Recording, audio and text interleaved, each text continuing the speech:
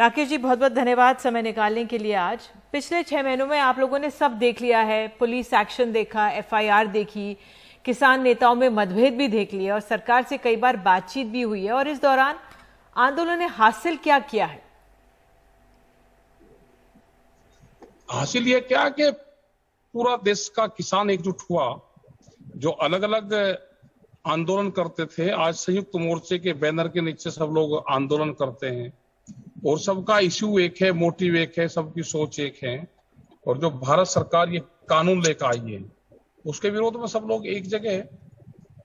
और कोई भी संयुक्त मोर्चा खोल देता है तो पूरे देश भर में उस पर मूवमेंट होते हैं।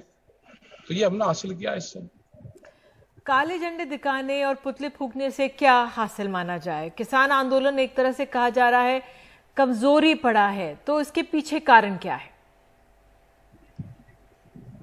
नहीं, कमजोर कौन कह रहा पड़ा है?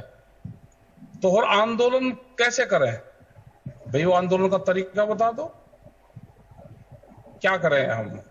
किसान तो आंदोलन नहीं कर सकता है ना, अपनी बात रख सकता है, धरने पे बैठ सकता है, पूरा देश के लोग बैठे हुए हैं। अगर ये भी सरकार को नहीं दिखाई दे रहा, कितने लोग पूरा देश भर से किसान यहाँ पे आए हुए हैं, दिल्ली को चारों तरफ से घेर कर रखा है, अगर ये भी समझ में नहीं सरकार की आ रही है तो फिर तो कोई इलाज है नहीं हमारे पास में। अब ये जो आंदोलन लंबा चल गया है, सिंगू टीकरी में तो किसान है, लेकिन गाजीपुर में कहा जा रहा है संख्या कम है किसानों की, तो आंदोलन को जीवित रखने के लिए क्या रणनीति है आप लोगों की? अब हमारी तो ये समझ में नहीं आया कि आज ही कुछ चैनल के लोग कह रहे जी बहुत संख्या बुलवा ली। कोरोना काल चल रहा है, अगर संख्या ज्यादा बुलवावे तो कहते हैं जी ज्यादा भीड़ बुलवा ली, अगर संख्या कम रखें तो कहते हैं जी कम है। तो अभी तो संख्या कम हमने कहा है क्योंकि कोरोना काल चल रहा। बीच में जब गेहूं की कटाई थी तो जब जरूर संख्या कम थी, लोग अपने गेहूं की कटाई के लिए चले गए थे। आज लोग फ्री हैं पूर्ण रूप से और आज हम ज्यादा भीड़ को नहीं बुलवा रहे यहाँ पे। ये जैसे ही लॉकडाउन और ये सब चीजें खत्म होगी तो भीड़ फिर उसी हिसाब से भीड़ को हम बढ़ाते रहेंगे। भीड़ बढ़ाना घटाना पूर्ण रूप से हमारे हाथ में है। तो अगले 6 महीनों में पंजाब, उत्तर प्रदेश में चुनाव होने वाले हैं टिकैत जी। बंगाल में प्रचार के लिए आप लोग गए थे, तो इस आंदोलन पर असर होता है चुनावों का भी? नहीं, अगर सरकार बात नहीं मानेगी तो हम तो जाएंगे, जनता के बीच में जाएंगे। करीब 20,000 करोड़ रुपए से ज्यादा का भी बकाया है। गन्ने के रेट नहीं यहाँ पे बढ़े यूपी में, बिजली पूरे देश से सबसे महंगी यहाँ पे है। तो बहुत से सवाल है, जाएंगे हम, जनता के बीच में जाएंगे। यहाँ पे आंदोलन चल रहा है, जनता पूर्ण रूप से दुखी है और कोविड में क्या हाल आम जनता का हुआ सबने देखा। यही तो लड़ाई है कि जिस तरह से व्यापारियों के हाथ में इंजेक्शन गया, प्राइवेट जो हॉस्पिटल थे उनके हाथों में इंजेक्शन और दवाई गई, ऑक्सीजन के लिए कैसे कैसे लोग मारे मारे फिरे। अगर ये अनाज और रोटी भी उनकी तिजोरी में बंद हो जाएगी तो लोग भूख से मरेंगे। यही तो आंदोलन है। बिल्कुल टिकैत जी, अब पंजाब और उत्तर प्रदेश में चुनाव होने वाला है और ये किसान बहुल हमारे राज्य भी हैं। एक तरफ कुछ जानकारों का ये भी कहना है कि अगर आप लोग आंदोलन में जाते हैं तो फिर आंदोलन, अगर आप प्रचार में जाएंगे तो आंदोलन कमजोर पड़ता है। नहीं, आंदोलन कमजोर क्यों होगा?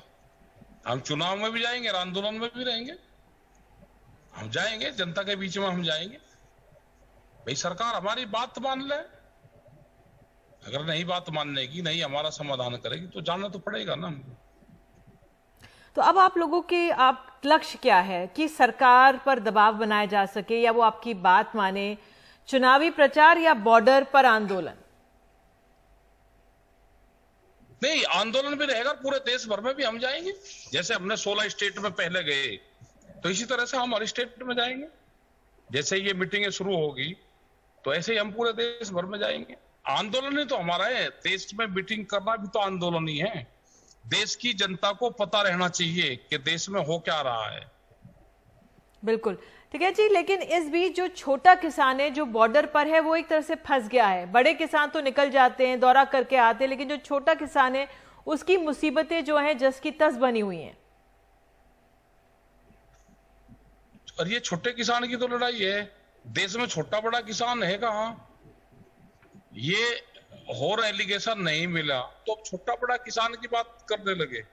पहले खालिस्तान नहीं बताया, पाकिस्तान नहीं बताया, फिर 2-3 स्टेट का आंदोलन बताया, फिर किसी जाति का बताया, फिर कोरोना महामारी का बताया, और छोटा किसान ने भी आ गया क्या? तो ये छोटे किसान की लड़ाई है। अगर एमएसपी पे कानून बनेगा तो जो किसान अपने घर पे 20 क्विंटल धान पैदा करता है, अगर उसका धान 800 रुपए 1000 रुपए में बिक रहा है, उसको 1000 रुपए पर क्विंटल का नुकसान है। जब ये कानून बन जाएगा तो बाजार खरीदे या सरकार खरीदे तो उसको 1888 रुपया देने पड़ेंगे ना, तो छोटे किसान को फायदा होगा, गांव में बैठने वाले लोगों को फायदा होगा। तो उसी के लिए तो है ये, उसी छोटे किसान को लूटने के लिए तो कानून बनाए। तो ये लड़ाई उसी की तो लड़ाई है। बड़ा किसान तो एक बार कहीं लेकर जा भी सकता है, छोटा किसान कहाँ जाएगा लेकर? जी, बातचीत का जो दौर है वो आगे नहीं बढ़ रहा है। सरकार की कोशिश ये थी कि आप लोगों को, आंदोलन को थका देगी, लेकिन अब बिना शर्त बातचीत के लिए भी आप लोग तैयार हैं, लेकिन फिर भी बात नहीं बन रही। क्या अब समय आ गया है कि मध्यस्थता की जरूरत है, कि कुछ और नेताओं को जोड़ा जाए जिससे कि बातचीत तो बढ़े आगे?